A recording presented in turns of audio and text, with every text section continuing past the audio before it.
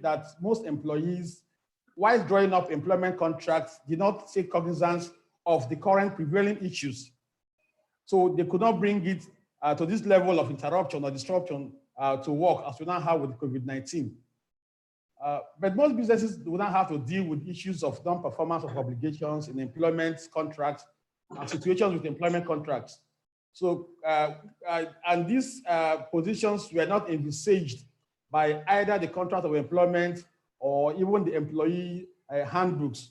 So these have really raised serious issues, some of which border on termination of employment on the basis of impracticability of relevant employment contracts, suspension of payment of salaries as a result of inability to generate income, issues around mandating employees to proceed on paid or unpaid leave, alongside other confusing situations that impact on labor and labor relationships in Nigeria. Recently, the CBN and the Bankers Committee had to intervene to halt the looming recession or looming redundancy in the banking industry. We all heard in the news a couple of days back that a major bank was planning to retrench its staff. Thanks to the combined effort of the CBN and the Bankers Committee, that trend was halted. So most employers have relied also on the doctrine of force majeure to relieve themselves of their obligations under most employment contracts and relationships. I mean, while many people have argued that issues around employment. You don't touch her. Okay. Hello, can you hear me?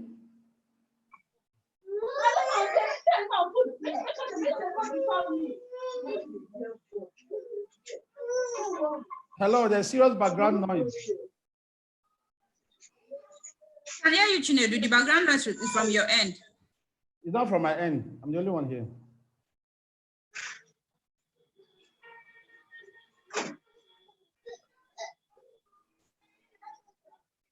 Okay, so let's continue.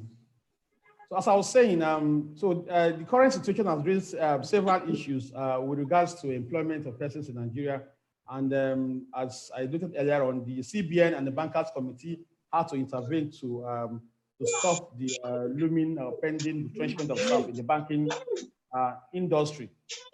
So whilst people have insinuated that when it comes to employment relationships, that issues should be tilted in favor of the employees, presumably being the ones that are less advantageously placed in the employment or bargaining value chain. Others have also argued that employers are in business to make money and that businesses are not charitable organizations and can only run on the oil of available resources. So already the unemployment rate in Nigeria is alarming and would probably get worse if the current tide is not stemmed, given the looming retrenchment and redundancy. So is there a leeway out of this quagmire and this existential threat? And what should employers know or rather do to ensure that their actions align with existing laws and regulations? Also, what are the rights, duties, and obligations of employers and employees under employment contracts? And how can such rights be exercised, particularly in the current situation? To analyze the current pandemic and how it affects labor and employment in Nigeria, we have an erudite lawyer and labor practitioner in the house, Mr. Bimbo Atilola. He's a labor and employment law consultant and the managing partner of Hybrid Solicitors. Mr. Bimbo is the editor-in-chief of Labor Law Review, a quarterly journal on labor and employment law. He has also authored a number of leading and frequently cited published works in labor and employment in Nigeria. Mr. Atilola is a member of the Nigerian Bar Association, the International Bar Association, Chartered Institute of Personnel Management of Nigeria, Chartered Institute of Arbitrators of UK, and the Chartered Institute of Taxation of Nigeria. Mr. Atilola, we welcome you to this webinar. Thank you. My pleasure to be here. Yeah. So before we proceed to the bits of today's webinar, I would like to remind our participants that they are welcome to ask questions on employment and employment-related issues in Nigeria by clicking on the on the questions icon at the foot of the screen. We are allowed to ask Ms. Atilola questions regarding the presentations that you'll be making shortly, and also any issue that relates to employment in Nigeria. And we also want to receive their comments too at the chat section. I want to know what you feel about this program and how also get your contribution so that we can also learn from you. So without wasting further time, we'll go to the main discussion for the day. The nature of this webinar will be question-based. We'll ask Ms. Atilola questions relating to employment and labor contracts in Nigeria with a view to getting this insight. You know, the questions will be tailored in a way now to extract the basic terms of employment and employment laws and regulations in Nigeria. Then we'll now get insight from Mr. Atilola on what he thinks to be the correct application of those terms. So we'll go to our first question. We would like to generally know from Mr. Atilola what the legal and regulatory framework guiding employment of persons in Nigeria looks like. I will ask him to kindly describe the key terms in a typical employment contract alongside the rights and responsibilities of the parties to such contracts. Mr. Atilola, please.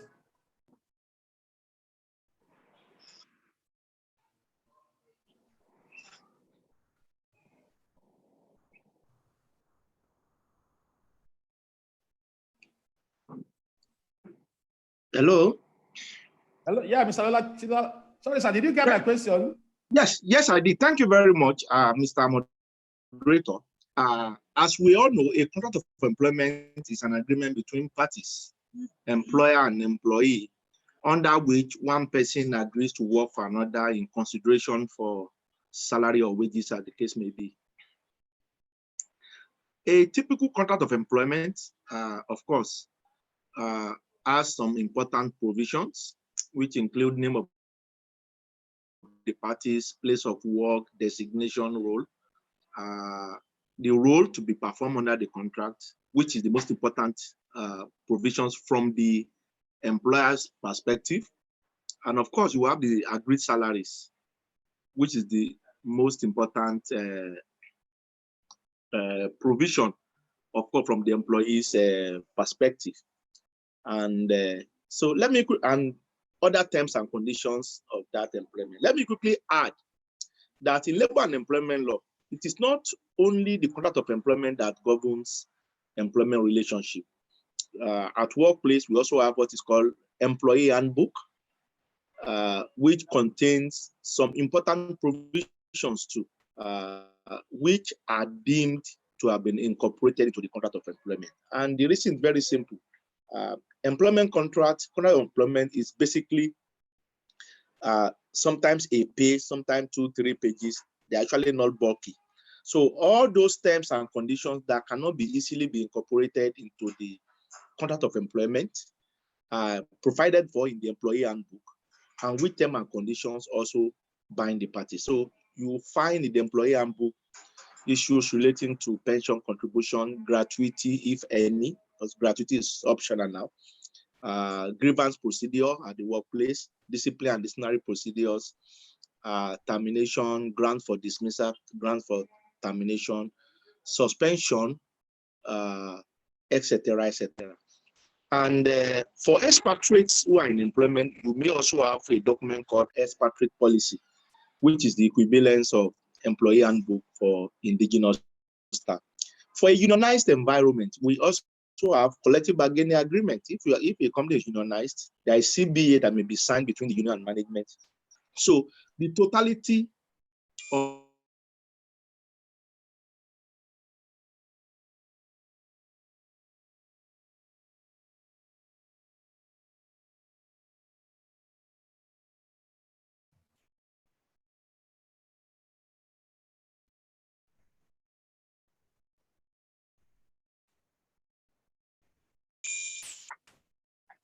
Yes, I'm back now.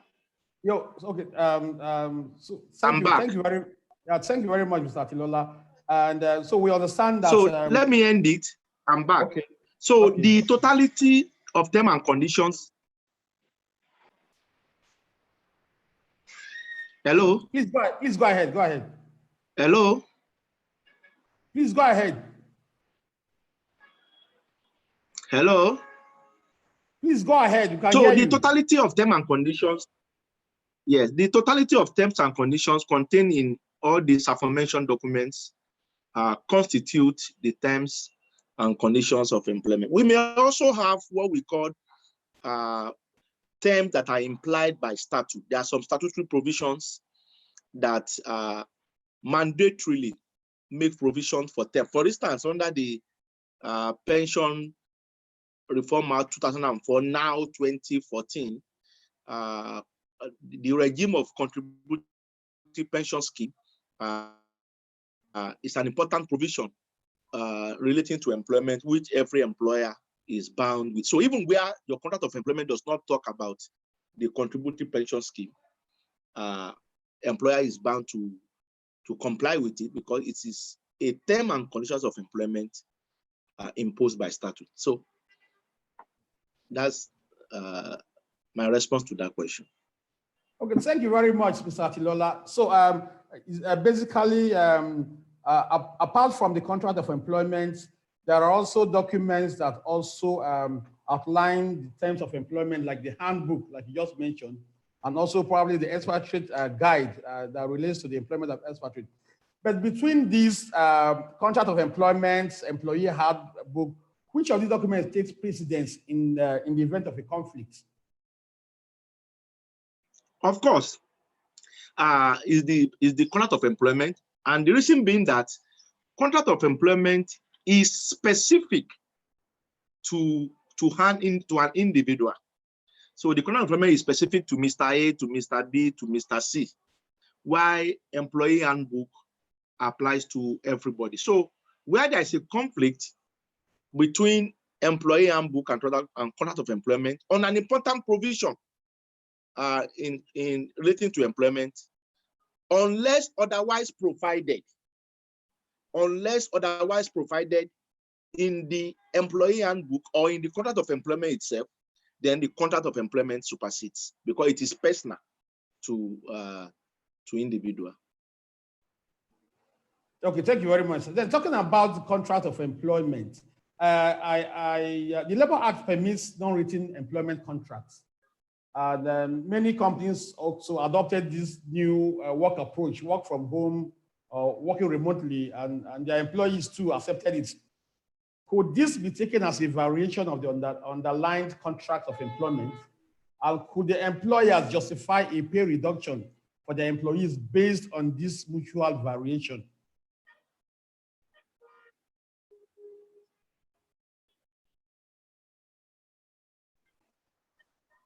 Did you get the question?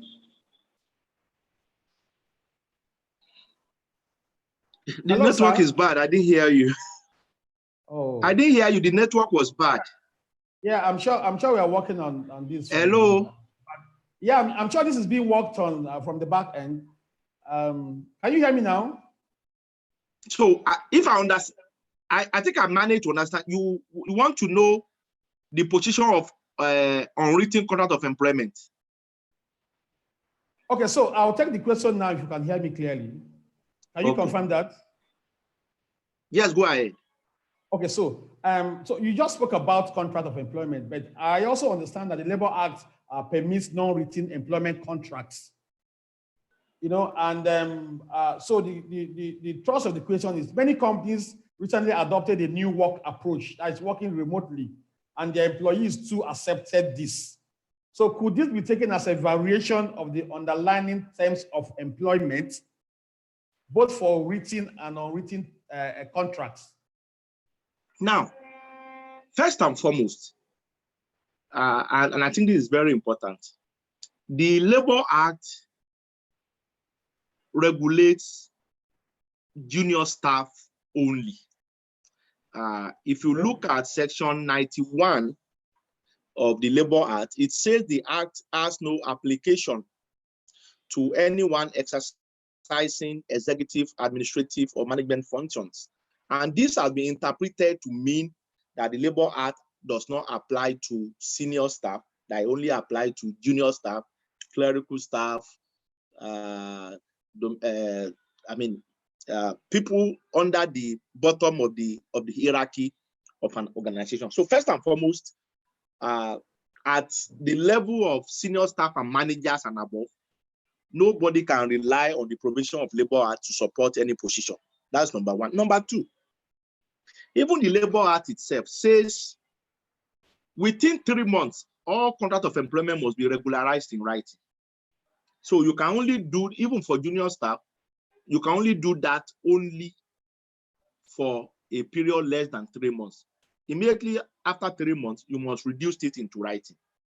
Now, where employees who ordinarily come to work, resume to work and work, and due to the COVID-19 crisis and the lockdown order, the employers now direct that they should be working from home. And of course, they have no choice but to accept because of the lockdown. And consequently, the employer now pay a reduced pay, effect a pay cut, whether it can be deemed to have been impliedly agreed. The answer is no, and I have to be very clear about this. Unless otherwise provided in the contract of employment,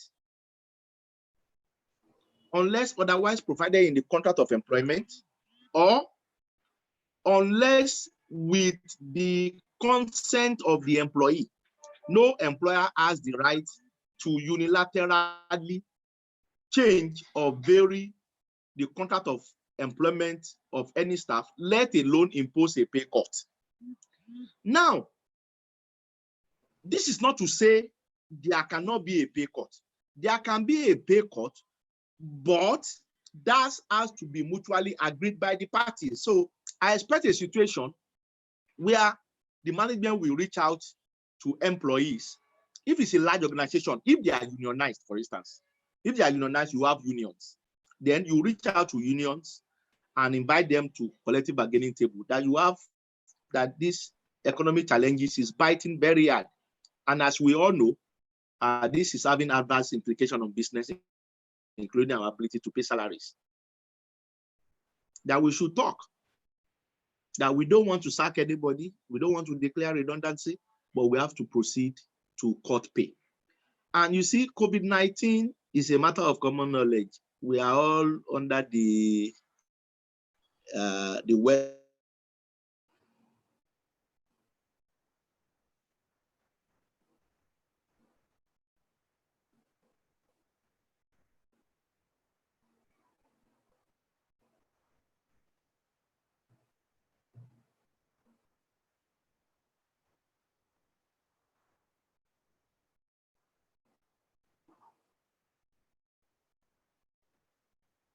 Hello, Mr. Tilala, can you hear us?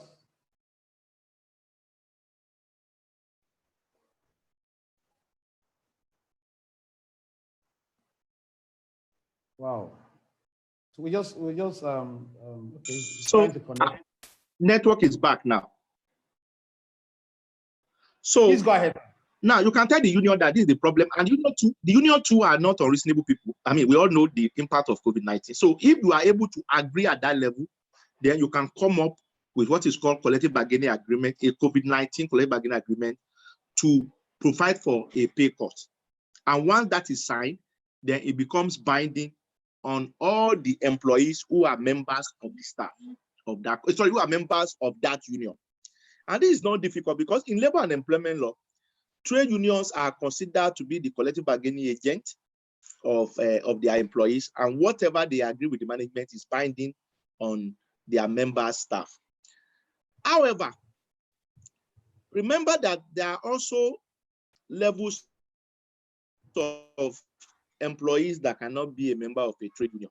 Under the trade union law, managers, under the trade union act in Nigeria, management and projection of management are not allowed to join trade union, especially where doing that will pose a conflict of interest situation for the company. So customarily and in practice, managers and above are usually not allowed to join union. So for those categories of staff that cannot be represented by trade union or in a non-unionized business environment, then we have to proceed on employees' engagement.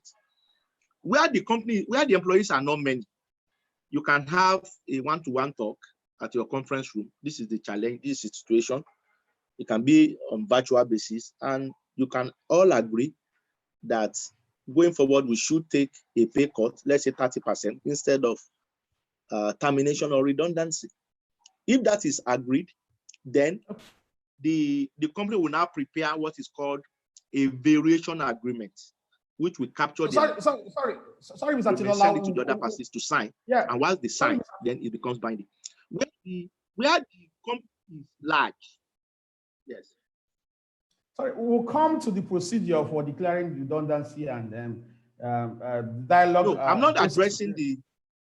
Yeah, sorry, but there are some fundamental questions that we need you to answer that will kind of build up to those issues so that we can better understand that when you are treating issues around redundancy and reduction in pay cuts. So essentially, there are two categories of employees: those that are governed by the Labor Act, which you just mentioned, basically the junior and the clerical staff, and also the other class of employees who are not essentially governed by the Labor Act, senior management and all that.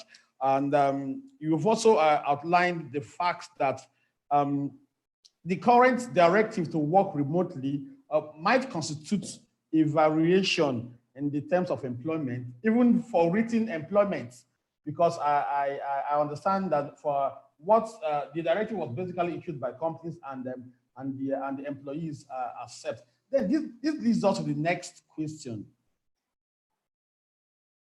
and very, very important questions. So we all know what is happening now. Companies are trying to cut costs in the light of the pandemic. They're trying to protect the interests of their entities. You know, why not also neglecting those of the employees? People have also said that employers are not in the business of charity. They are there to make gain. And then I couldn't hear you. I couldn't hear you. Network is bad. From your end, right? The network is bad from your end. I couldn't hear you. Okay, it's better now. It's up now. Okay, so let me just go straight to the point. So, what is the difference between dismissal and termination of him? I was trying to build at least some foundation. What is the what? What is the difference between the dismissal and termination of employment? So, if the contract of employment allows for termination, are employers required to obtain further clearance from any regulator before exercising that right? That is number one.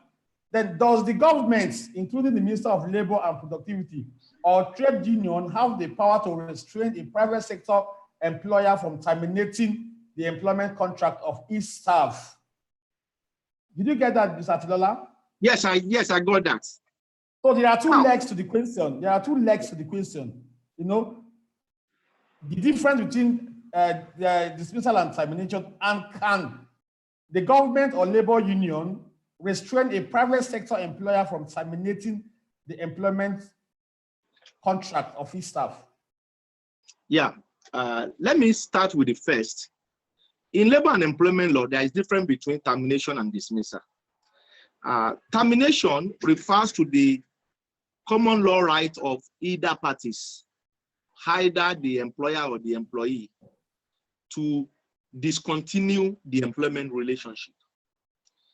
In labor and employment law,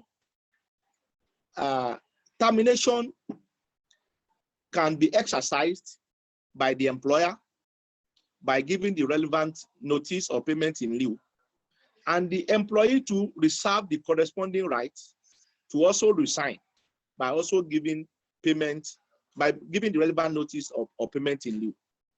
So, however, dismissal is different.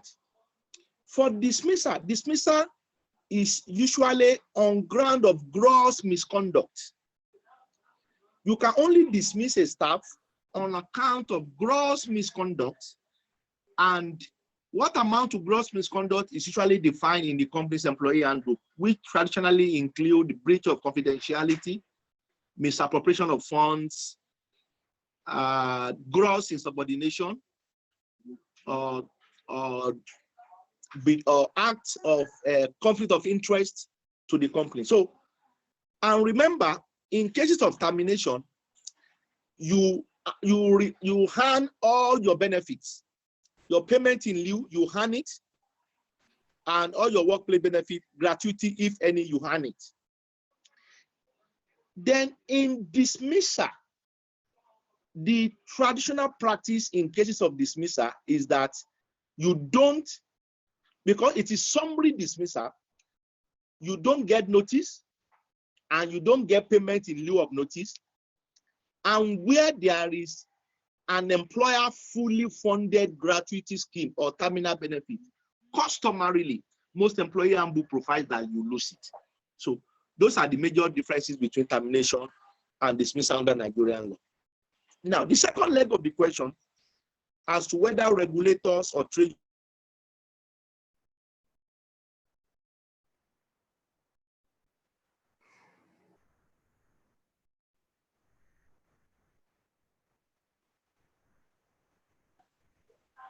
there is private sector employment and there is public sector employment. In private sector employment, what governs the right of the parties is the contract of employment. And of course, both parties have the right to terminate by giving the relevant notice or by making payment in lieu, or otherwise in accordance with the contract which they have signed.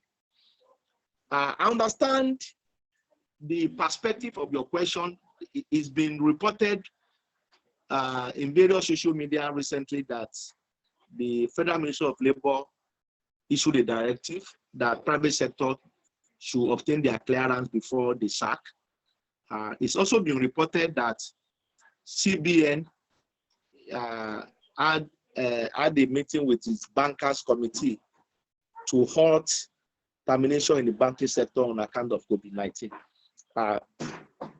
It has to be stated, and with due respect, that in private sector employment, the Ministry of Labor has no power to dictate to employer when to hire or when to sack.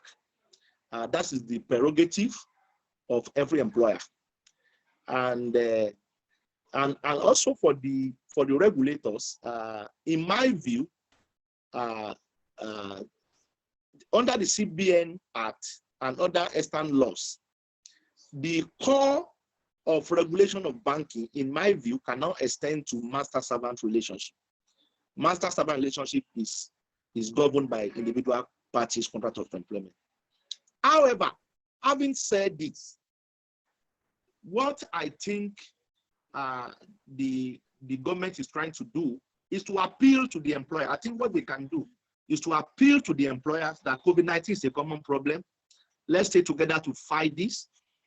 Employers should engage their employees on how to navigate this challenge.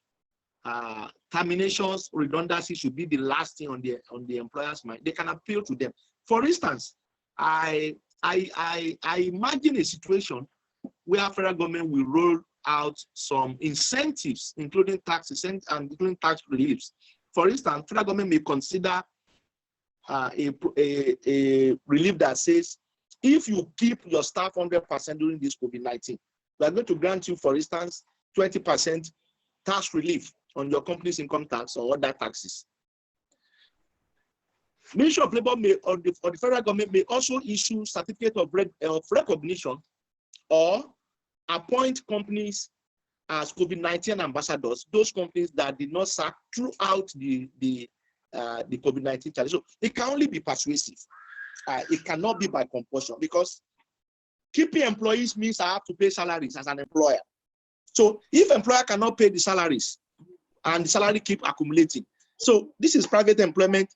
Indeed, what distinguishes private employment from slavery or servitude is the right to enter and exit on terms provided by the contract. So, and in law, even court of law make it a principle that they don't impose a willing employee on an unwilling employer in private sector. So the CBN, in my view, should deploy a kind of collaboration with the banks, a kind of appeal, a passionate appeal, and to the bank management to please exercise restraint in the interest of the economy, in the interest of Nigerian workers, in the interest of families, in the interest of children. who will be affected by termination. And finally, let me quickly say this before you go. I will also suggest that the CBN consider some policy palliatives to the banking industry. That look, we can give you some policy palliative, but please don't sack.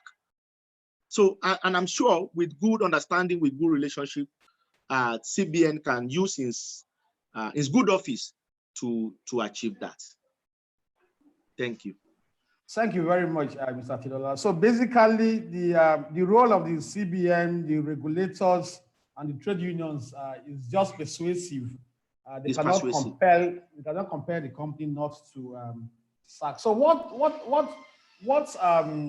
what protection then does the average Nigerian worker have, given that situation? Given that their labor union cannot stop the company from sacking them, the government cannot even stop the company. So what protection do they have? For trade unions, their own power is a little more than persuasion. You know, they know what to do, and sometimes they know how to do it well. But at the end of the day, the employer will still have to do what they need to do.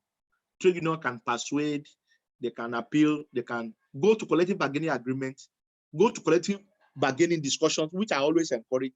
Look, discussions, engagement, workers' engagement is the way out of this crisis. Nobody should close his eyes to the adverse impact of COVID-19 on business. And employees' engagement is the way out.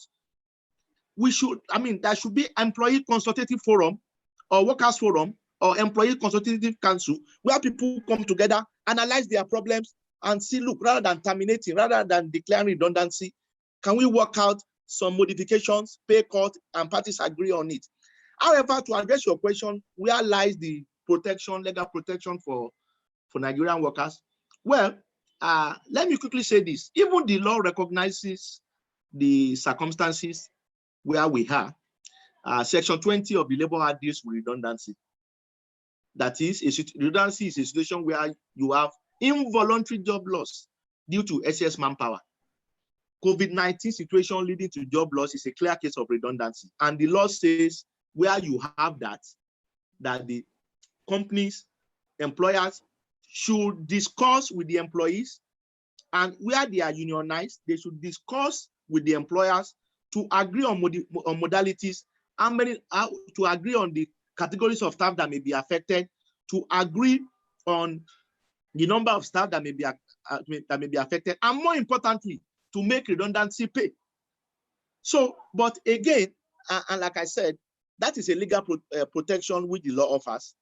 But more importantly, engagement is of employees is what is required.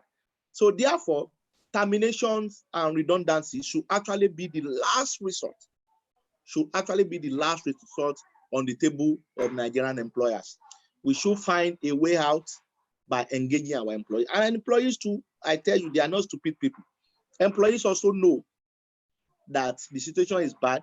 There are no works, nobody is working, companies are closed, and employers are no charities. They are no charities. So it has to be a win-win situation. But we are in the last resort, if the employers need to sack or declare redundancy, nobody can stop them in the private sector because they are the one to pay. So thank you.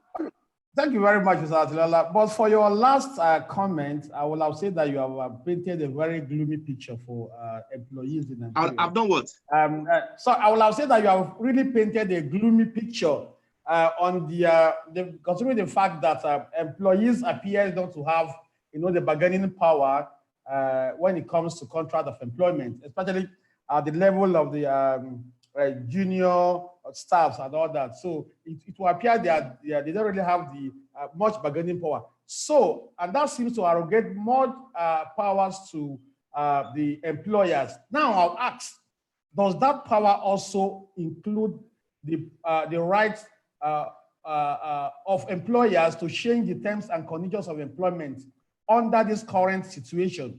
So can an employer mandate an employee, for example, to proceed on paid or unpaid leave in view of the compulsory stay at home, seeing that they are in business to make money. They are not charities.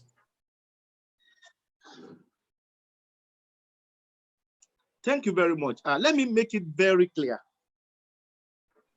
Unilateral variation of terms and conditions of employment by the employer is not only a breach of contract of employment, it is an unfair labor practice. Indeed, it is constructive dismissal. In labor and employment law, there is constructive dismissal where an employer changes material terms of a contract of employment, a fundamental term of a contract of employment, without the consent of the employee, or treats an employee in a way that the employee can consider himself as sacked. I said it at the beginning of this presentation of this class that from the employee's perspective, the most important and fundamental provision of a contract of employment is in wages, in salaries. So to vary that important term without his consent and without any express provision in the contract giving the employer power to do that, that will amount to a breach of contract of employment. It's an unfair labor practice. It's an actionable constructive dismissal. Now, having said that, so against this background, things that we hear of where employers say due to COVID-19, we are not going to pay salaries until COVID goes, or employees should proceed on compulsory leave without pay, or we are going to cut salary by 40%. All these examples, instances are clearly breach of contract of employment. They are clearly unfair labor practice and constructive dismissal. However, the only way out is that you can do all those things by engaging the employees. There must have been a mutual agreement to that variation. Remember, one of the most important feature of a contract of employment, that contract is a product of mutual agreement. And similarly, same can equally be amended, be altered, be varied by the same agreement of the parties. So, but back to what unilateral variation on the part of the employer is an unfair labor practice and a breach of contract. If an employer can unilaterally change terms and conditions of employment whimsically, then that means the employee too should have a corresponding right to change his terms. So that means as an employee, I can send a notice to my employer that with effect from tomorrow, my salary,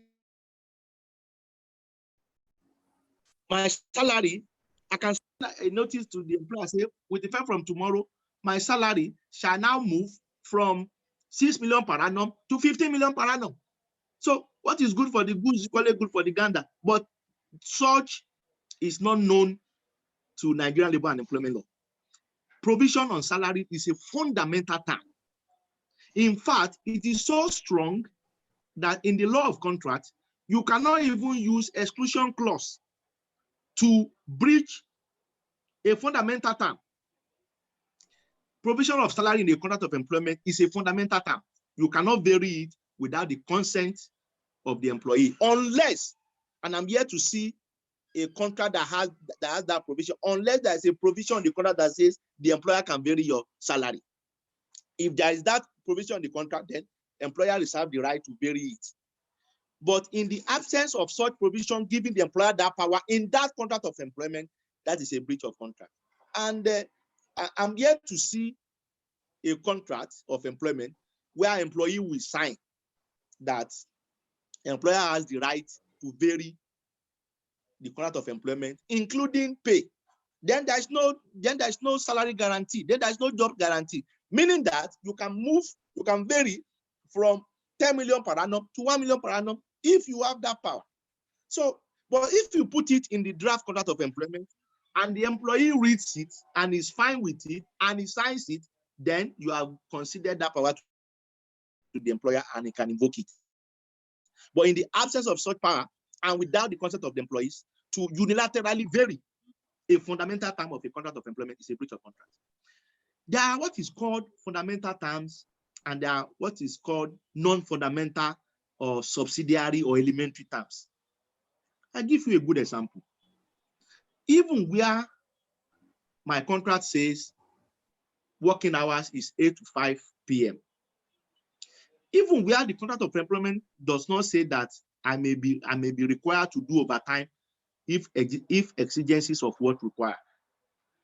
I'm sure if there is exigencies of work, even in the absence of an express provision, the employer can tell the employee, please, so because of this contract or job that we have in our hand, for the next 2 weeks, please, we may have to be working till 6:30. That is a variation, but it's not a fundamental term. These are things that these are minor changes that are dictated by exigencies of work. Or my contract says you shall come to work Monday to Friday, and there's an important meeting from a customer or a client that says the meeting that they can only have time by 2 p.m. on Saturday. Let's meet in BI. Even where your contract does not say so, I can call you as an employer and say, please, this client has asked that we see by 2 p.m. at social place in BI. Please, kindly let us attend to that. You can't possibly reply me and say, Mr. Employer, my contract says we can work, I will only work Monday to Friday. It doesn't say Saturday. Because it's a minor variation that is dictated or necessitated or brought about, compelled by the exigencies of work. So, but to imagine that an employer can reduce salaries whimsically, arbitrarily, that cannot be the contemplation of labor and employment law, and no contracts will allow that. Thank you very much, sir, for that succinct response. An employer cannot, on its own, vary the terms of a contract, a written contract, I assume. Yes. You also assume that it might be impossible to have contracts of employment where employers are given the right to vary the terms and the employee signs off.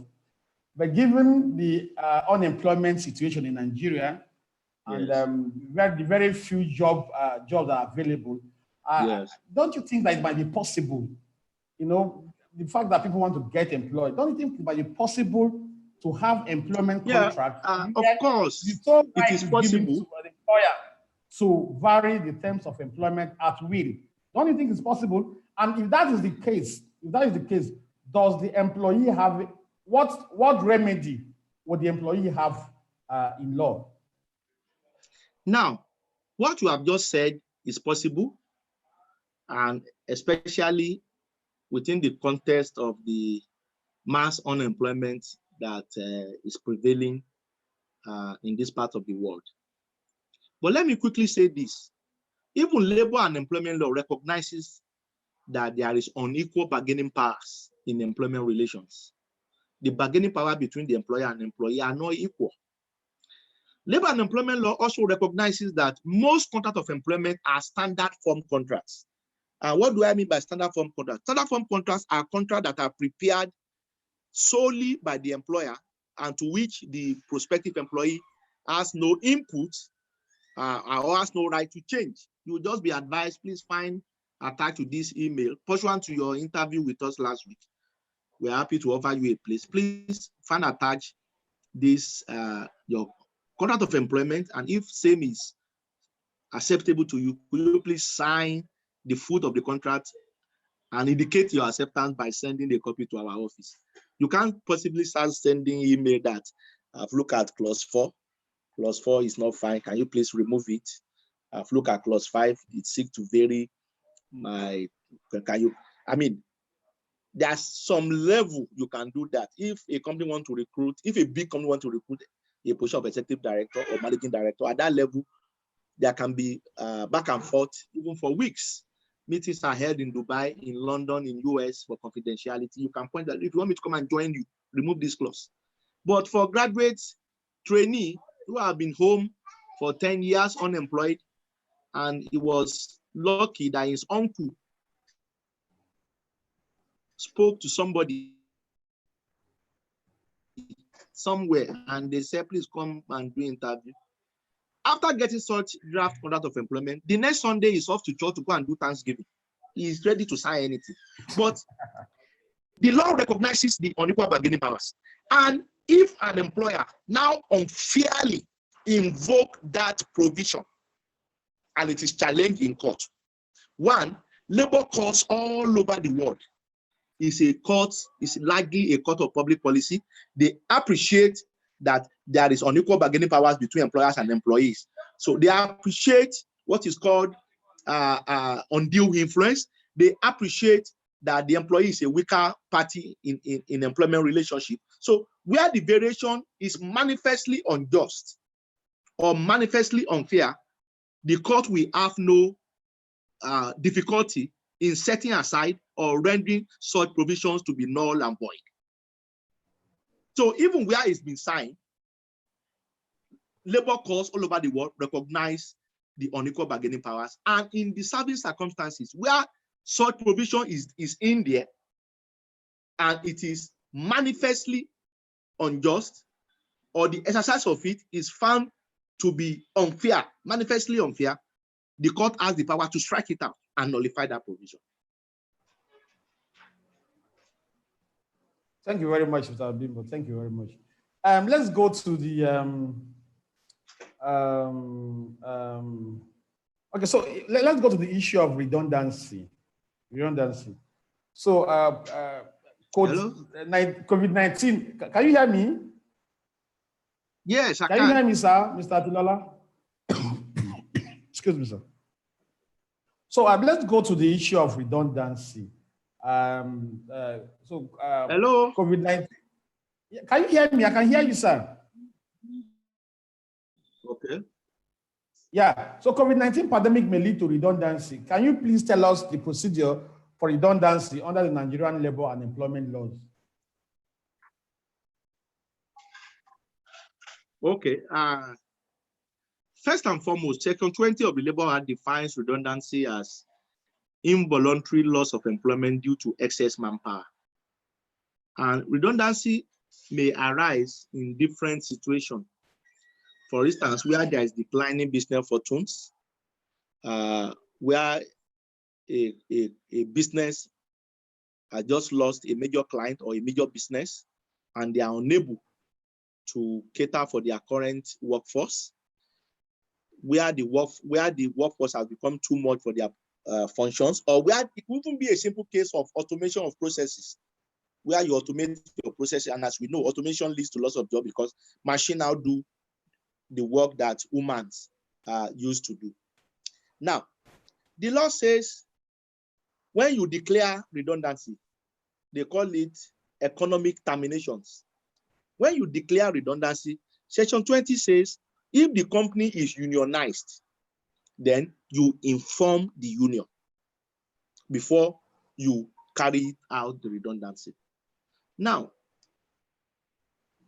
the Labor Act talks about duty to inform, but that duty to inform has been interpreted to mean duty to consult, because there's a difference between information and consultation. The Labor Act says you should inform. If we are going to interpret it literally, it will mean, oh, I want to declare redundancy next week, leading to loss, termination of 100 staff. Please be guided accordingly. But that is not the intent. So that provision has been interpreted to mean duty to consult. So in consulting, you should bring them to collective bargaining table. You tell them the reason for the redundancy, how many staff are going to be affected, the categories of staff, the palliative you intend to give, including negotiation of redundancy pay. That is what the Labor Act says. Then the Act now further says, if the organization is not unionized, then you engage with the employees directly. And when the employees are many, like you have a company of like 500 staff or 1,000 staff, and they are not unionized, then you have to make resort to collective employee engagement. The use of employee consultative association or employees consultative council, depending on the nomenclature that organizations use. And it's becoming a very popular practice in Nigeria.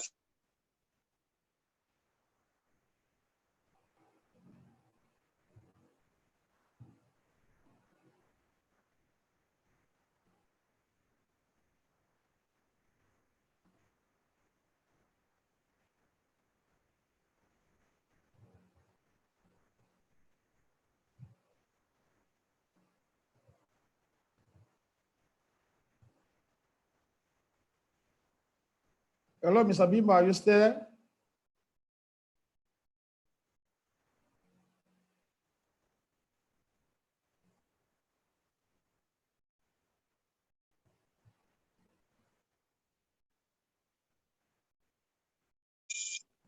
I'm back. The network. So Should the be from use your of end, yeah. oh, Go ahead, so the please. use of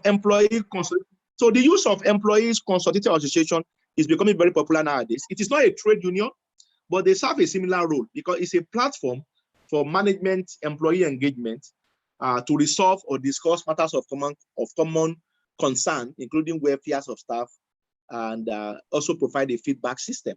So that can be deployed to discuss. Now, let me quickly say this.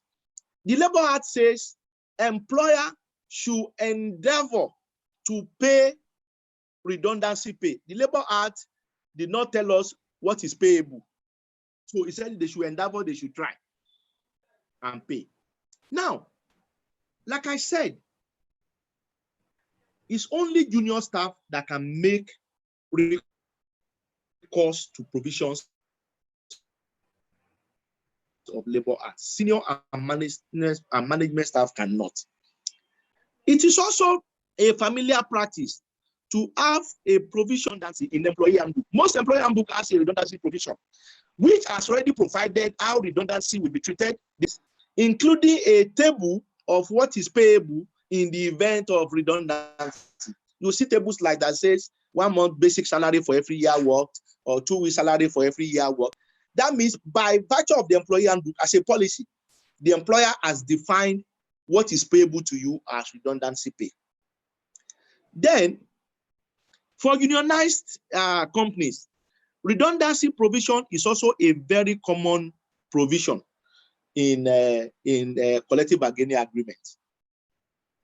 A typical collective bargaining agreement will make a provision that says, in the event of redundancy, this is what we are going to pay. So this is payable. 2 weeks salary for every year worked, 1 week salary for every year worked, or as the case may be. Thank you very much, sir. Thank you very much, sir. And so that means a lot depends on negotiation. And since the Labor Act does not really fully provide for all the terms, so both parties have to really negotiate the terms to arrive at a mutual settlement. But I would like to ask, what should an employer specifically take into consideration in declaring the redundancy?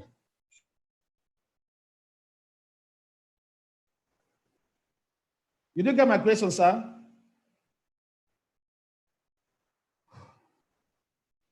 Hello, Mr. Atilola.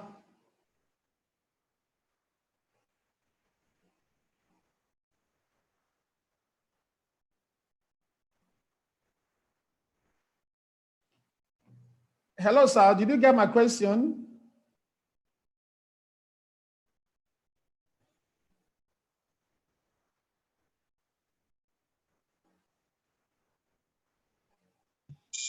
I'm back.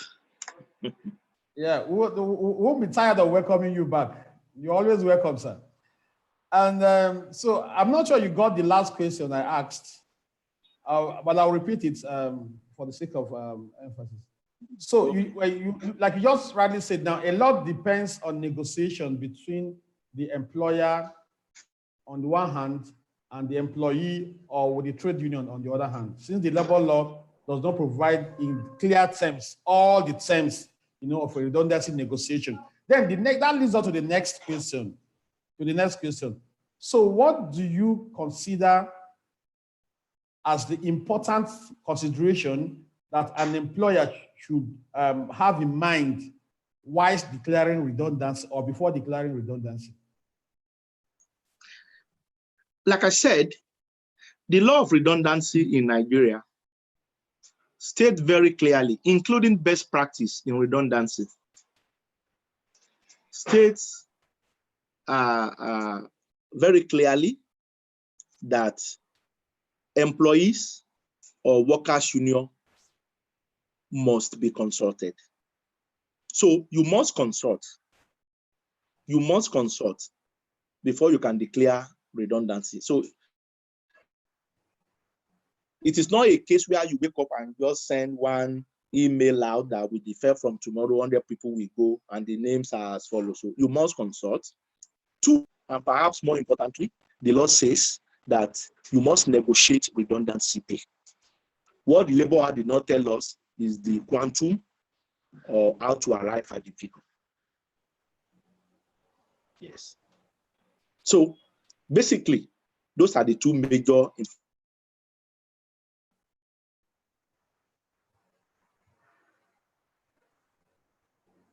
I guess we lost Mr. Dilola again.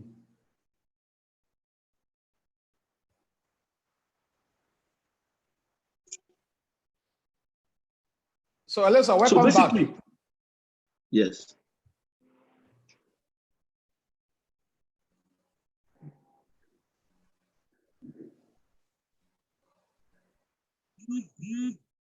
Sorry, please go ahead, sir. Go ahead.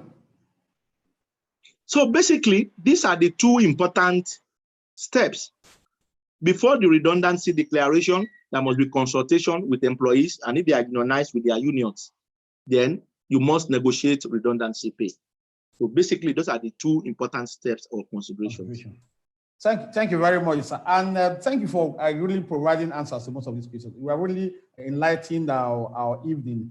And I would like to go to the Q&A section. I noticed we already have about 21 questions from the participants. The comment sections have been bustling. People have been asking different questions and also expressing their joy at being part of this webinar. So I'll go straight to the questions that the participants have thrown to you, and hope that we'll have 21 questions if time allows to take all the questions, but we would like at least to allot not more than a minute, or a minute and or 90 seconds to each of the questions, so I can be able to take as much questions as possible. So the first question is from DC Owo to me, and DC is asking concerning the intervention of regulators in the employment relationship between employer and employee. The recent acts of the CBN is not new. There is currently a regulation issued and enforced by DPR mandating all players in the oil and gas sector to obtain prior approval of the DPR for the disengagement of any employee. As with the CBN, there is no effort being made to engage these oil and gas companies in the time of COVID-19, as they are heavily impacted and are compelled to obtain prior consent, a process that can take as long as 3 months. What would you advise these employers to do in this case? Talking about players in the oil and gas sector. Well, the DPR regulation being referred to, I'm very much familiar with it. It is one provision that has been a subject of controversy, even among labor lawyers, and matter of concern with employers of labor. But you see, is one thing to make a regulation that seeks to control what is otherwise in the realm of private law, because the law of contract is private law, and so if there is freedom of entry and exit, the employees are not required to obtain DPR clearance before they resign, before they join a competitor. But if there is now a regulation that says I must see clearance, my experience has been that most times that regulation is usually observed in breaches than in compliance, because it's, contracts are governed by agreement of the parties. But now the DPR regulation that says you must seek clearance, you have asked, how do you now cope when it may take 3-4 months? So I'm sure there are engagement platforms between DPR and the oil and gas community. When you get to those platforms, you can raise your concerns. I'm sure they also have a kind of town hall meetings with the people they regulate. You can say, look, you can express your concern on delays and stuff like that. But I must tell you that if what DPR has done by way of regulation, if it is replicated in all the sectors in Nigeria, then the private sector and the freedom of entry and exit is being eroded. So that's a very fundamental principle of labor and employment law. Parties should be governed by their contracts. And however, if DPR regulations, for instance, is made to apply to only NNPC, which is government owned, or to apply to, and I think that regulation says that it applies to only OML license holders. So if federal government is as overwriting or as majority shareholding in those companies by way of participation, then there could be a basis for such intervention. But for a purely 100% private owned entity to have a regulation that says before you can terminate, you need my clearance, which clearance may be unreasonably delayed due to bureaucracy or something, I think it does not augur well for our society. However, back to the question, how do you go about it? There is forum for engagement. When you get to your town hall meetings with DPR management, if there are concerns or delays, you can express it. And I'm sure that they will address the issue of your concern, especially if it's coming from the business community. Thank you very much, sir. Thank you very much, sir. Gidado Abubakar is of the opinion that there are duties the employee is obliged to perform before being entitled to salaries and wages. Mr. Tilol, are you with us? Hello. Are you with us?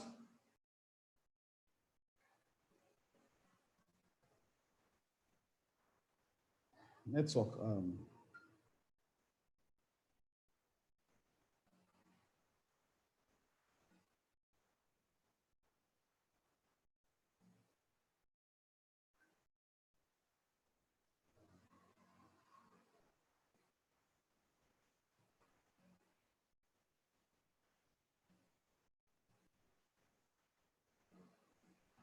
Hello, Mr. Tilol, are you back?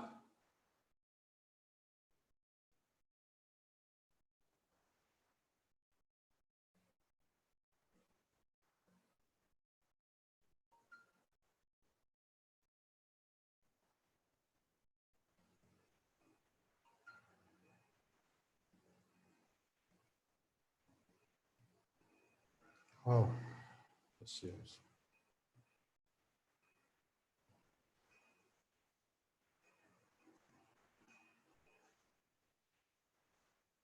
Hello, Mr. Atilola.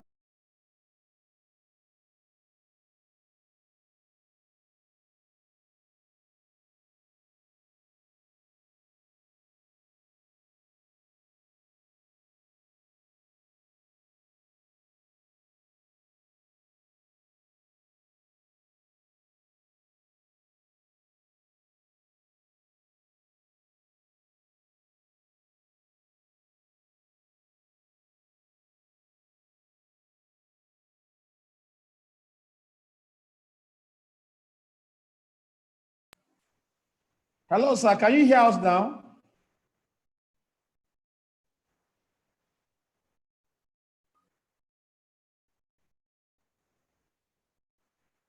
Wow.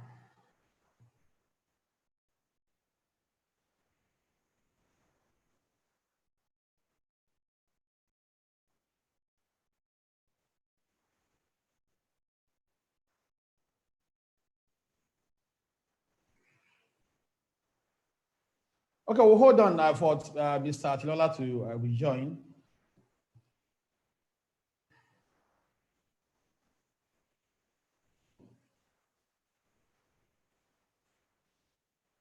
Yeah, just to inform the participant that there are this webinar is also being broadcast on our YouTube channel. You can choose to also watch the live broadcast on our YouTube channel, or after this broadcast, can visit the channel to also get a recap of what is being discussed. So, Mr. Atilola, welcome back, sir. Thank you. So sorry we lost you for a moment.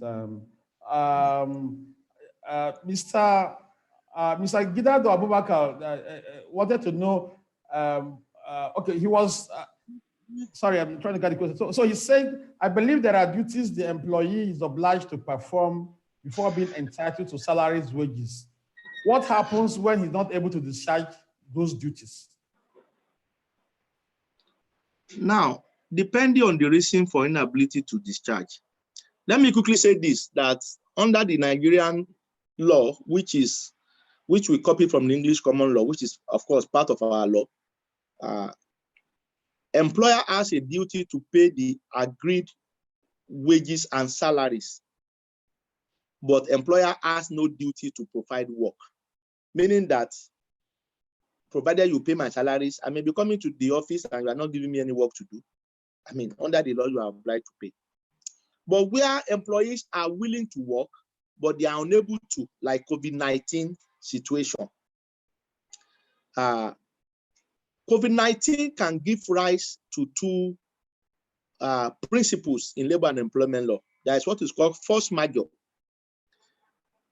Force majeure is a contractual term which may be provided in the contract of employment or employee handbook of a company.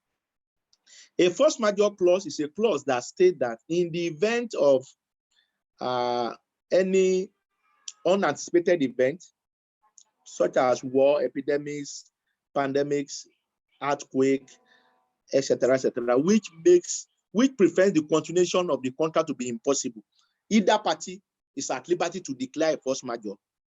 And the effect of a force majeure will be the effect that is provided by parties in that contract. So the effect can be stated to be termination of the contract or suspensions of the mutual obligations under the contract.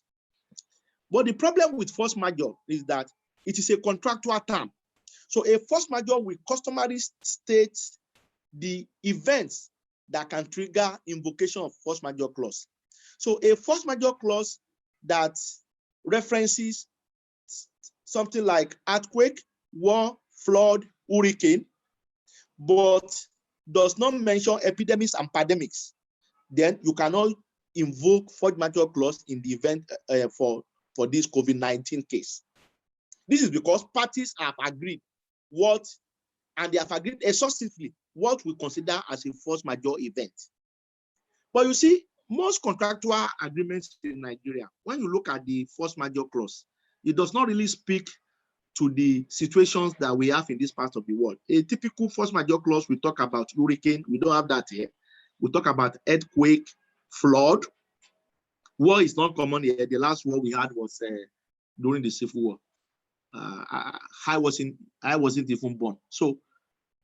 But because of that limitations, most force majeure clauses references events that are not related to our environment. So you may find yourself empty, unable to invoke a force majeure clause. However, if epidemics or pandemics is not mentioned in the force majeure clause, but the clause is concluded with an omnibus clause that says, for instance, war, earthquake, epidemics, or other act of God. That word or other act of God, then COVID-19 can come in there because COVID-19 is an act of God. Act of God are events not contemplated by both parties and beyond the control of both parties. So if you use such omnibus clause like an other act of God, or you say earthquake, flood, war, or other causes beyond the control of the parties, that omnibus clause, COVID-19 can also come in. So, but in the absence of such omnibus clause, and pandemic or epidemic is not mentioned in your force majeure clause, then you can't invoke it. However, in the absence of a force majeure clause, there's a common law doctrine of frustration. That one you don't even need to provide in your contract of employment. But the problem, the challenge with doctrine of frustration is that it is much more difficult to invoke it because the conditions are very stringent. When is a contract of employment said to be frustrated? A contract of employment is said to be frustrated upon happening of an event not contemplated by both parties, but which event renders the continuation of that contract to be impossible or to be illegal. And I give you an example.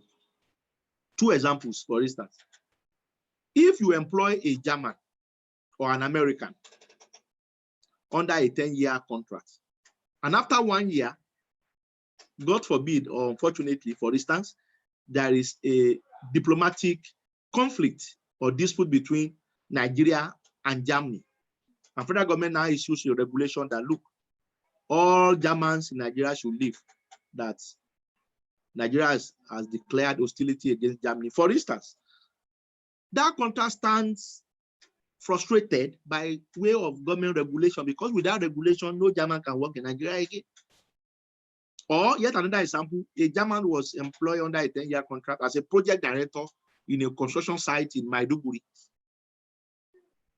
Now, in the last 6 years, I doubt if any expatriates, especially those from the Europeans, can work in that part of the country because of insecurity. So even we had the contract for 10 years, but after 3 years or 4 years, there is serious insecurity that makes it unsafe for anybody, let alone expatriates, to work because of fear of kidnapping or killings. Then that contract is said to be frustrated. And the effect of frustration is to terminate a contract, and the mutual obligations of the parties cease to exist from that day.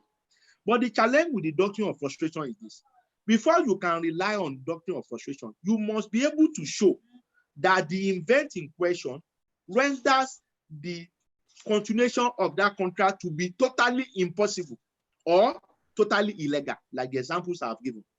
So where the qualifying event like COVID now, where it has only made the contract of employment to be difficult to perform, or to make it less optimal for employees' productivity, or has made the contract to be a bit more expensive, or has made the performance of the contract to be a more inconveniencing, you cannot rely on doctrine of frustration. So before you can use the doctrine of frustration, it must be a total no, where party cannot proceed from there. Now the government has said those companies in essential services can go to work, and an employee works in a beverage producing company, they are exempted. But with the exemption, we know that the market, their sales will be poor. People are in their homes. There are no events. There are no beverages sales more in clubs, in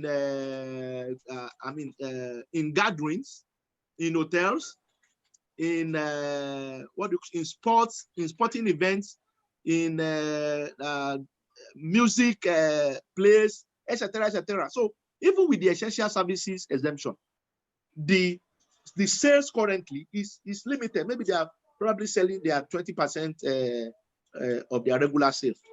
You cannot use frustration in that regard, because even as a marketer in a beverage producing company, you can still be doing some online marketing, talking to customers. Your productivity and performance is not optimal, but yes, you are still doing something. So that cannot be a ground for frustration, because you have not been rendered totally unable to work. You have only been rendered unable to perform optimally. Thank you very much. Thank you very much for that insightful response. The questions keep increasing. We'll take the much you can. So an anonymous participant is asking if an employer can so that the lockdown, can the employer take the lockdown period as annual leave for his employees? Well, and is that legal? Well, that's what a number of companies have been doing. But again, remember that annual leave is usually subject to operational convenience. The time you will take it is usually subject to operational convenience of the company. Employer handbook says so, contract of employment sometimes says so. So the company can say, well, for the purpose of annual leave this year, this is employees will be allowed to take the annual leave between March and May. Well, but we all know that you cannot truly enjoy leave during global and local restrictions. Can that be done in retrospect? Can that be done in retrospect? By backdating it? Yeah, for example, today is 5th of May. So can an employer say, okay, we assume that your annual leave was from 1st of April. You know, can they wake up to that, say, from 1st of April to maybe ending of May? That would be an unfair labor practice. That would be an unfair labor practice. So, but you see, this is a peculiar situation. If you engage your employees and say, gentlemen, to conserve time and to remain as a going concern, to avoid terminations, redundancy, let's all agree that we are going to proceed on our annual leave now. You see, for most companies, it is unlikely that your employee will protest that. It's unlikely. But for multinationals, that may be difficult to push. But like I said, is that legal, sir? Is that legal? Well, I've laid a foundation. Employer annual leaves are taken subject to operational convenience. So employer reserve the right to tell you the period when annual leave days will be available. So they can tell you that annual leave will be available with effect from today for another 1 month. Yes. So it's a lawful exercise of discretion. But the question about is it fair? It may be unfair because we know that during lockdown, you cannot really enjoy annual leave. But as to retroactivity, to make it retroactive, that is outright illegal, wrongful, and unfair labor practice. And let me quickly say this. Under the third alteration to the 1999 Constitution, the National Industrial Court of Nigeria has jurisdiction over unfair labor practice. And they also have jurisdiction to interpret or pronounce on what amount to international best practices in employment relations. So if some of these things are challenged, depending on the circumstances, some of them may actually be pronounced to be unfair labor practice. For instance, the one on retroactivity of annual leave. That is very unfair. That would be wrongful, and no employer should contemplate that to make it retroactive. That's very unfair. So I was, and remember, during this period, a number of people are working remotely from home. So where I've worked, you now want to say it's retroactive for last 1 month, you are deemed to have enjoyed your leave. That would be unfair and wrongful. So how best do you advise companies to address the issues of annual leave at this period? Engagement. Like I said, employees are not stupid people. People are willing to keep their jobs. Engage them that please, let us have. I'm also aware that some employee handbook allow employees to defer their annual leave till the following year. So rather than say take your annual leave now, we can say okay, let's have it deferred. And I hope as they are making employees to compulsorily take their annual leave, I hope employers are also paying them their requisite annual leave pay, because as we know, annual leave comes along with leave allowance and leave pay. So employee engagement is the way out. Okay, thank you very much. Gloria Norom wants to confirm if one can use a contract of service to terminate a contract of employment, of an employment. Does that understand that question. Does that make any sense? Can you use the contract of service to terminate the contract of employment? I can't understand that question. So we'll skip that. Please step it down. Neither do I. And then Elemanya Ebila wants to know, is it right or lawful for an employer to ask their staff to proceed on leave without pay in this lockdown? Does it not amount to sack or something else? I guess you've touched on that, right? Princess, let me answer Princess Ebila. She's my colleague and friend. Sorry, so, did you get what I just asked? I got the Okay, question. Bila, okay, fine. And I Yeah, know, thank you. and I know the person asking the question. Princess, it is unless the contract otherwise provides for it, and unless there is a mutual agreement of the parties to that effect, to direct employees to proceed on leave without pay is an unfair labor practice, is a breach of contract of employment, and it is actionable constructive dismissal. So it is very wrong. Thank you very much. Thank you very much.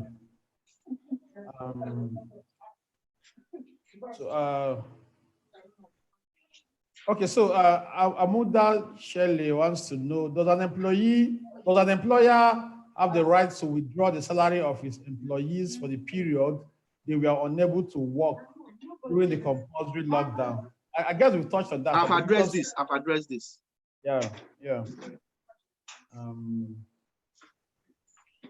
Okay, so an anonymous attendee wants to know, if the employer takes a decision to effect a pay cut, can there be a pay cut across board, or will it only apply to certain items on the employee's emoluments?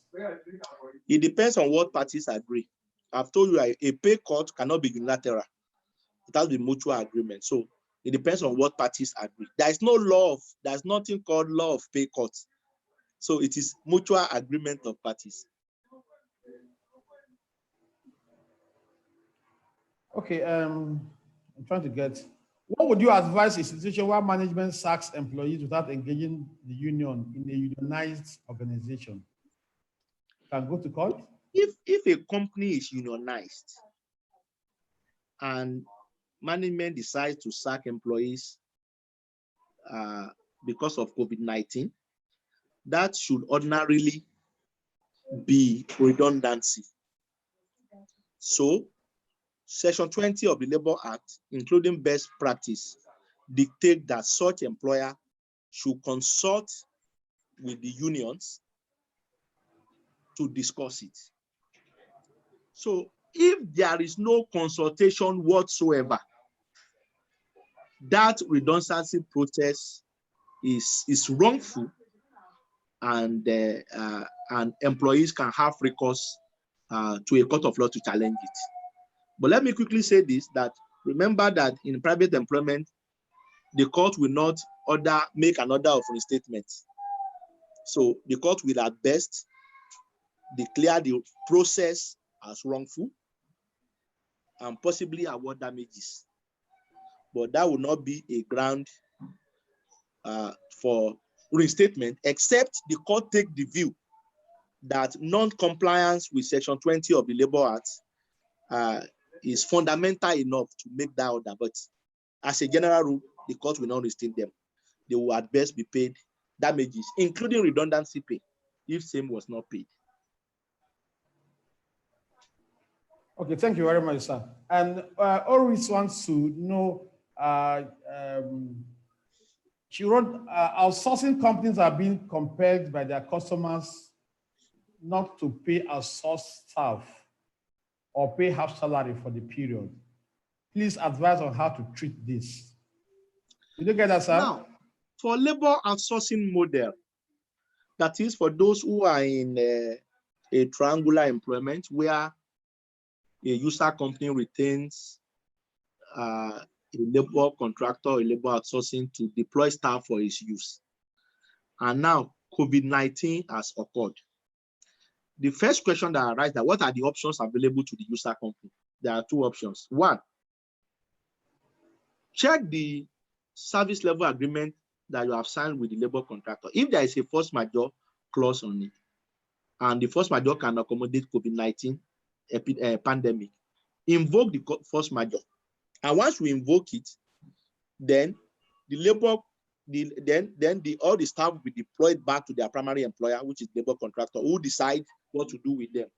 He can also declare redundancy and lay them off pending when, because look, a labor contractor has no work to give to those people. He gives them out to clients, and if the client has returned them and he has nowhere to take them to, so he will also need to decide what to do with them. The second option is to terminate that service level agreement, and which has the same consequences. However, in the interest of workers to preserve the relationship between the parties, to protect the employees, out of compassion, remember the SLA2 is an agreement between two parties, between the user company and the labor contractor. So they can also do a variation agreement and say, during this COVID-19 period, we are going to be cutting the service charge payable to you by, say, 30%. And if both parties agree, they sign a variation SLA.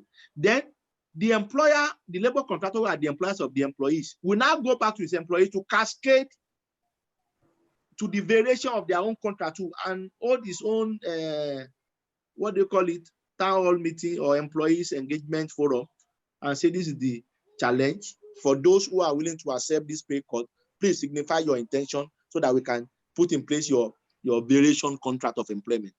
And for those who are not willing, then the employer will decide what to do to them. So, but whether they are being compelled, there's nothing like compulsion. You can negotiate. If you are able to agree, you agree. If you are unable to agree, you are unable.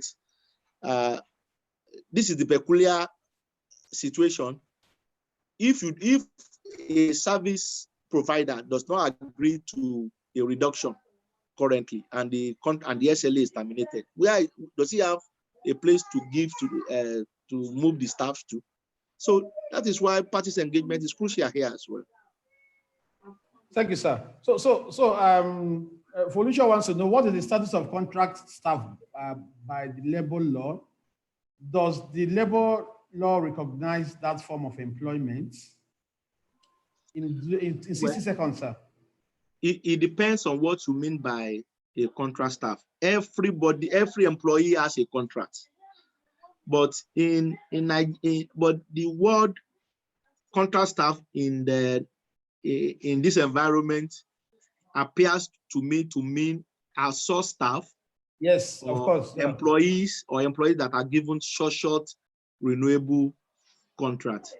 Let me quickly say this, that the Labor Act recognizes that there are species of employment, including part-time employment, including fixed-term employment. That is why if you look at definition of the word worker under the section 91, including especially definition of contract of employment under section 91 of the Labor Act, it says a contract of employment is an employment between parties, and that contract could be implied, it could be expressed. The contract could be full-time, it could be part-time. The word part-time is used in the Labor Act. So, but the problem or the question will be whether perpetually renewable contract employment, where you put somebody on short-term contracts and you continue to perpetually renew it, and at the end of the day, the person end up using 10 years in your employment. The question will arise whether that is not unfair labor practice. So, but whether part-time employment are recognized under the law, the answer is yes. And whether outsourcing, labor outsourcing is recognized under the law, the answer is yes. Again, section 91 of the Labor Act, which is the interpretation section, if you look at the definition of an employer under that section, it gives a tacit legal foundation to labor outsourcing. That section defines employer to mean anybody who has employed a worker either for the use for himself or for the use of another person. That word, that expression, or for the use of another person, provides a legal basis for labor outsourcing in Nigeria. Because that means as early as 1974, when Labor Act was enacted, that means the lawmakers also understood that an employer may employ for his own use or for the use of a third party. And the National Industrial Court, in a plethora of cases in the last few years, have upheld that labor outsourcing is valid, is legal. It is not an unfair labor practice. In fact, ILO, International Labour Organization, did not brandish labor outsourcing as an unfair labor practice. And neither did they say it is illegal. What ILO says is that member states that the practitioners of outsourcing should comply with the relevant local laws relating to the practice of labor outsourcing in Nigeria. But unfortunately, in Nigeria, there is no comprehensive legal framework regulating the practice of labor outsourcing, even though I'm aware that efforts are being made by the federal government to have a bill now to regulate the practice of labor outsourcing. So ILO says practitioners of outsourcing should comply with the relevant laws of their country relating to labor outsourcing. Thank you very much. Thank you very much, sir. So let's quickly go back to redundancy. Rose wants to know what happens when you have informed the union, and they refuse to see reasons to do so, and they refuse to sign the communique to go ahead with the redundancy. What will you do as an employer? What the Labor Act says is that you should consult. So, I mean, in fact, Labor Act didn't say consult, say inform them. But that has been interpreted to mean consultation. So if there is sufficient evidence of engagement, but they are saying no, and you must, if it's a course of action that you must take, then you have to take it. Although with attendant industrial relations crisis, when work resumes, they may go on strike, they may picket. But what the law says is that you should inform them, which, like I said, is being interpreted to mean you should consult. So consult means that I should sit down with you and discuss with you. But if you make it impossible, the employer has to do what he needs to do. Wow. Okay, and an anonymous attendee says, we hear a lot about unceremonious terminations in the banking sector in Nigeria. For example, one arrives at work in the morning and his or her ID is retrieved and access blocked, etc. Is this legal? One, and why do banks get away with this? Well, let me quickly clear this misconception. And I keep saying it. Employment is a contract. A typical contract of employment says either party is at liberty to terminate this contract of employment by giving, say, 1 month notice or payment in lieu of notice. So the employees too have the right to exit. So if the employee resigns, is he unfair labor practice? The answer is no. Even though I'm aware that in an attempt to secure job security in Nigeria, there are a few NIC decisions. There is one, Ebere Aloshios versus Diamond Bank, and there are about 1 or 2 also that says that employers should now give reason for termination. And the argument is that worldwide now, to terminate without giving reason has become an unfair labor practice. It's no longer an acceptable best practice worldwide. So termination with cause or with reason now represents the current international best practice in employment relations. So NIC is gradually moving towards that. There are 1 or 2 situations. But I must tell you, it is one of the most contested or debated issue in labor and employment law in Nigeria today. Those decisions I mentioned are currently subject of appeal, and we await decision of Court of Appeal on them. Thank you very much, sir.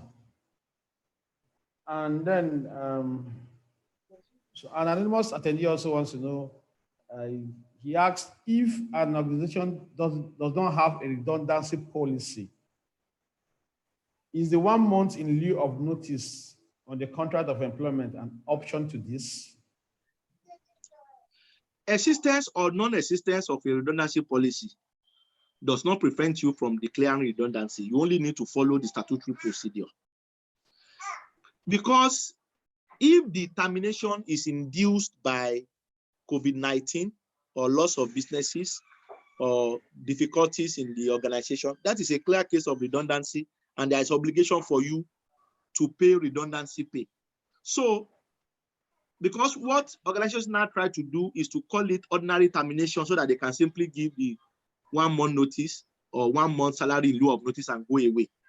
So if the terminations is induced by COVID-19, loss of businesses, automation processes, or declining business fortune, that is a clear case of redundancy, and you must pay redundancy pay. You must negotiate it and pay. So, okay, thank you very much for the answer. So Akin Oladiran wants to, is commending the presentation and your response to questions that have been thrown up thus far. And is asking, the period of lockdown has affected most companies adversely, no doubt. Don't you think that rather than asking small-scale companies whose businesses have suffered loss to pay salaries that they could not afford because of the nature of their businesses, they should be encouraged to reintegrate the staff back into employment after the lockdown and build the companies all over again? If the company packs up, then that will be total loss to everyone. I think a win-win approach is preferable. It's actually a comment. I want to get your perspective on that. Yes, I agree, and I've said this in the course of my presentation. Employee engagement. Employee engagement. Look, employees are not stupid people. They are also willing. There is life after COVID. There is going to be post-COVID. This one too shall pass. So, I mean, if the employees know the status of the company and they know that things are tough, companies cannot pay, they can agree that, look, during COVID, don't pay, or during COVID, pay 20% or pay 30%.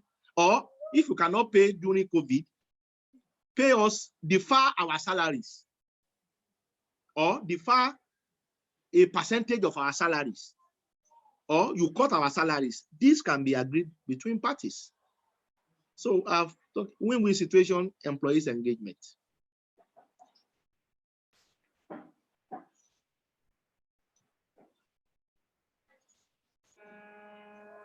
Sorry, thank you very much for that answer, sir. So just two more questions and we'll call it a wrap. How do we treat a staff who is to proceed on approved annual leave days from 30th March? And then there was a lockdown on 29th March.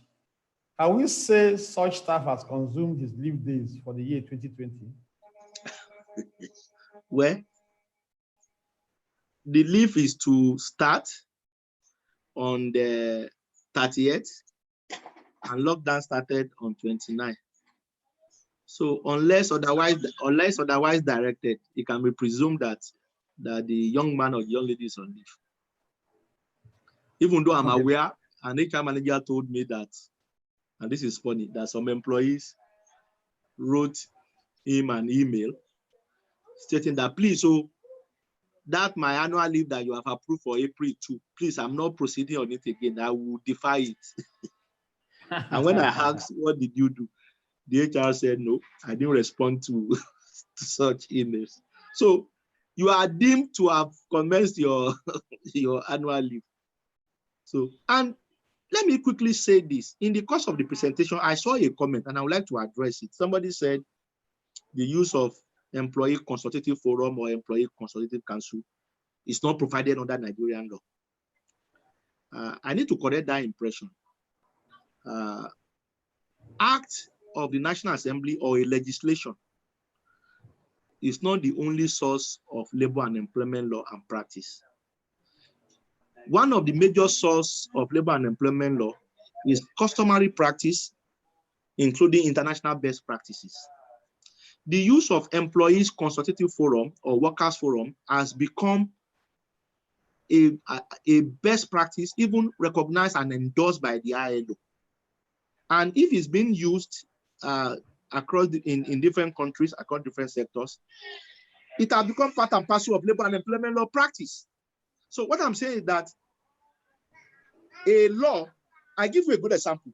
Today, there is no law on paternity leave in Nigeria. There is no law in Nigeria on paternity leave.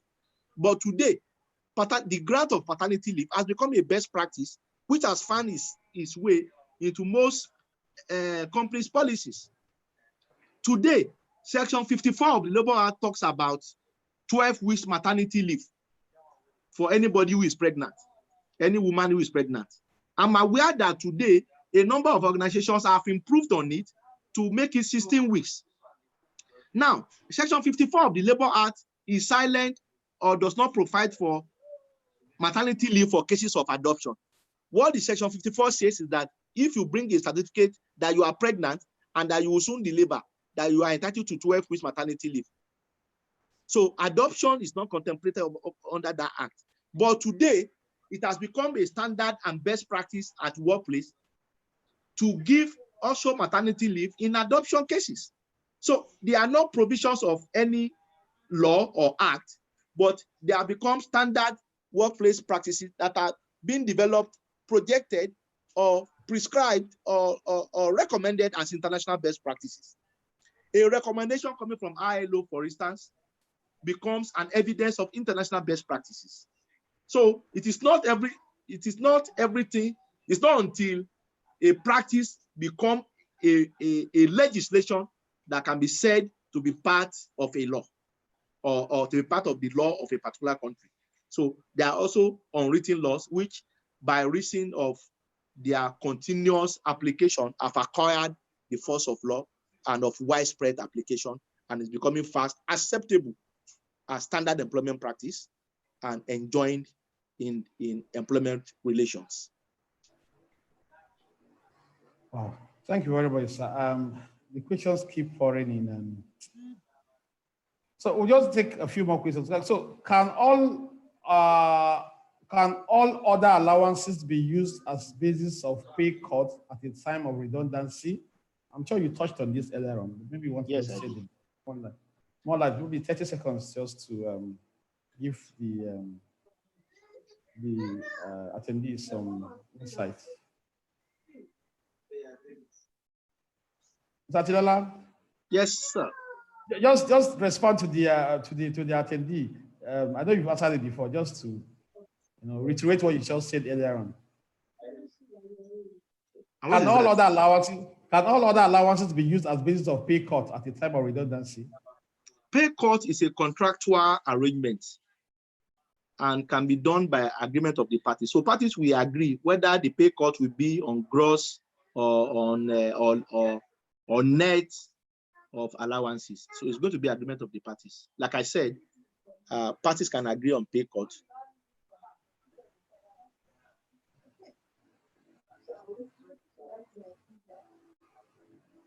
Okay, thank you very much. I think it's been an engaging webinar, and we'll have to anchor at this point.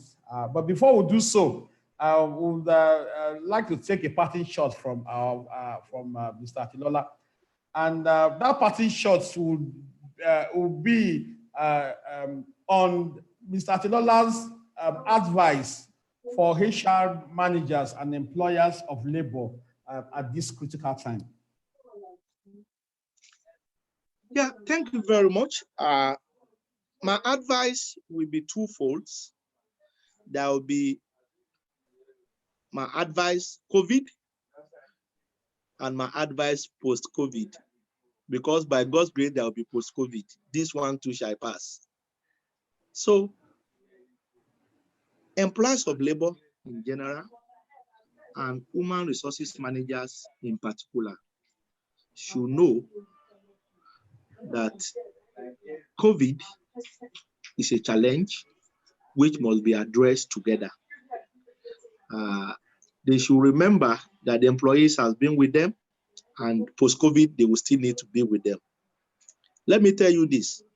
The way you treat your employees during this COVID is going to reflect the value you place on them, and it's going to reflect whether truly your employees are your invaluable asset. Most employee handbook says our employees are our most valuable asset and we treat them with respect. We know COVID-19 is a challenge that has brought adverse impact on businesses. You may choose to negotiate no pay. You may choose to negotiate half pay. You may choose to negotiate leave without pay, but the way you go about it must show respect for employees.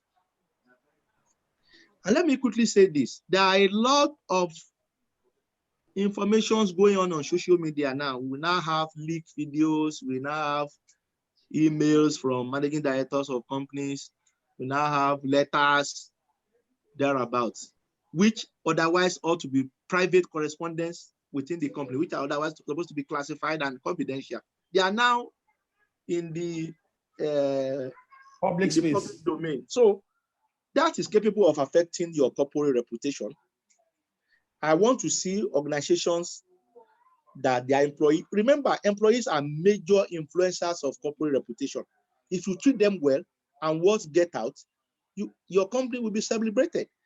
I look forward to professional institute like CIPM, who is by law chartered to regulate human resource practice, to institute an award, COVID-19 Employers Award, should be given to employer who refuse to sack any staff throughout the COVID-19 period. That would be worthy. And I think even the government should celebrate them as true COVID-19 ambassadors. If it has become compelling for you to take cost reduction measures such as pay cut, leave without pay, etc., engage your employee. Let them see reason why. Treat them with respect. Hear their views. Let it be a decision that you arrive together. I'm aware that that HR managers will now be under pressure to drive some policies, which you yourself know is an unfair labor practice. HR managers are advocates of employees, and therefore they should maintain a balance between the employer's interest and employee interest, and try to negotiate a fair deal with their for their employees. Post-COVID, COVID-19 has taught us new lessons in human resources management. Most contract of employment do not have force majeure clauses.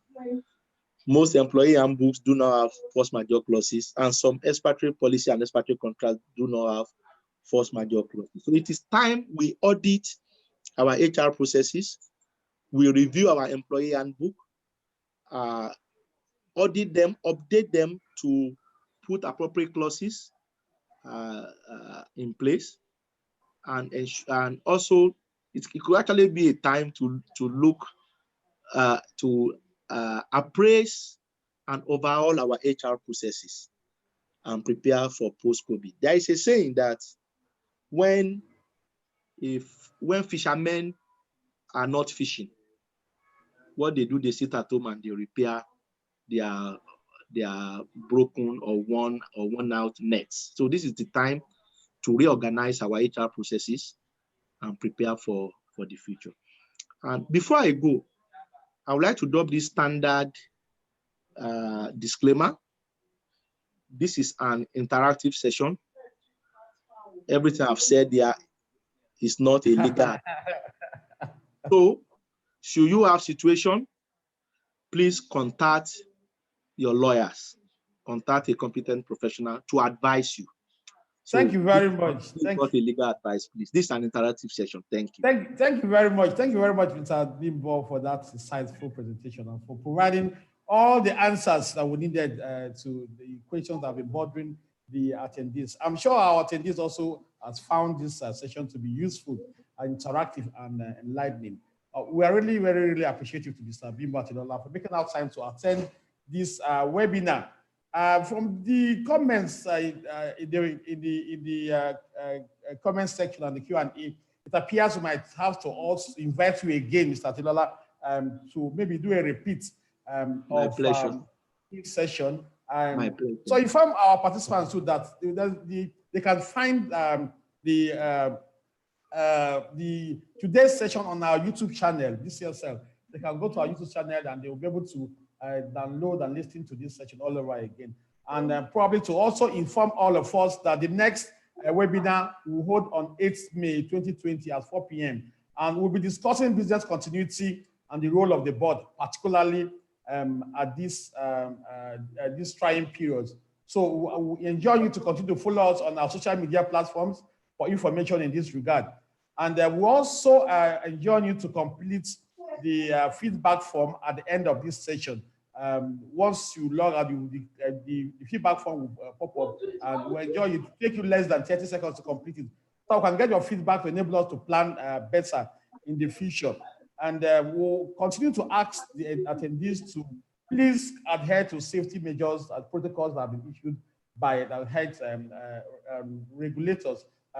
These two shall pass away, like Mr. Bimbo said, and we hope to outlive this pandemic, and at the end, we'll continue to see our businesses thrive. So it's been a great evening, Mr. Bimbo. We really appreciate you. Our attendees will appreciate you for making this insightful, interactive session. It's an evening of ideas and incisive directions. We all pray that this pandemic rain will not fall forever, and that someday, and I mean very soon, the sun will shine in its full glory, and we'll all be free and happy once more. Thank you for joining us. I will look forward to seeing you on the 8th of May, 2020. Thank you very much. We'll sign up now. Thank you.